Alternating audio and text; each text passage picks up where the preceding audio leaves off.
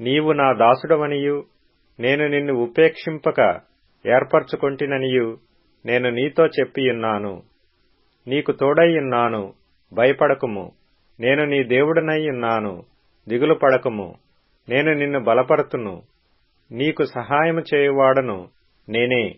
నీతియను నా దక్షిణ హస్తముతో నిన్ను ఆదుకొందును. నిన్ను ఆదుకొందును. భయపడకము, దిగులు చెందకము. భయపడకము, దిగులు చెందకము. నేను నీకు సహాయము చేయు దేవుడను నేనే. అక్కడ మీరు చూసినట్లయితే I will strengthen you, I will lift you up, I will uphold you.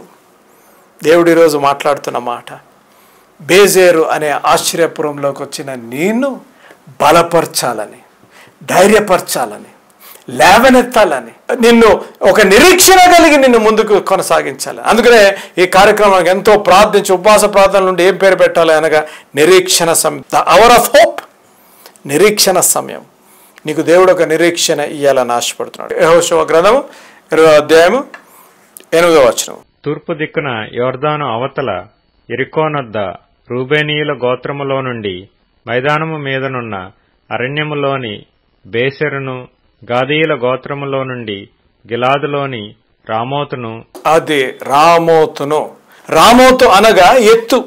రామోతు అనగా ఎత్తు. రామోతు అనే ఆశ్రయపురంలోకి నువ్వు వచ్చినప్పుడు దేవుడు ఏం చేస్తాడో తెలుసా? నిన్ను ఎత్తైన స్థలానికి తీసుకెళ్లాలి. దేవుని నామానికి స్తోత్రం కలుగును గాక. ద్వితీయోపదేశకాండము 32వ అధ్యాయము 11 నుంచి 13 వచనం వరకు. పక్షిరాజు తన గూడు రేపి తన పిల్లలపైని అల్లాడుచు రెక్కలు చాపుకొని వాటిని పట్టుకొని తన రెక్కల మీద వాటిని మోయినట్లు యెహోవా వానిని నడిపించెను. ఒక నిమిషం చూసారమ్మా, పక్షిరాజు ఏ రీతిగా తన గూడిని రేపి, ఏ రీతిగా పక్షిరాజు తన బిడలను ఏ రీతిగా రెక్కల మీద మోయనో ఆ రీతిగా మోచే దేవుడు.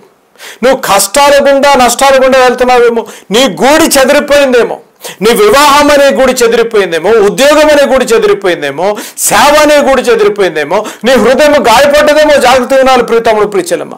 అది ఎందుకు చెదిరింది అనగా దేవుడు ఎలా చేశాడు కాబట్టి. ఇంకో మాట చెప్తాను, there are no accidents in a believers life, there are only providential will of God.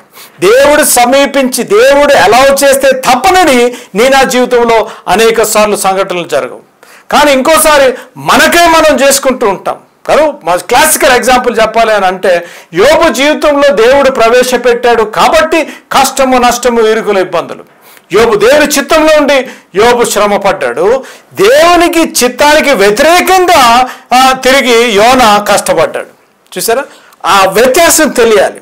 దేవుని చిత్తం నుండి కష్టపడుట యోబు, దేవుని చిత్తానికి వ్యతిరేకంగా వెళ్ళి కష్టపడిన యోనా. అనేక సార్లు నా జీవితంలో కూడా అదే పరిస్థితులు.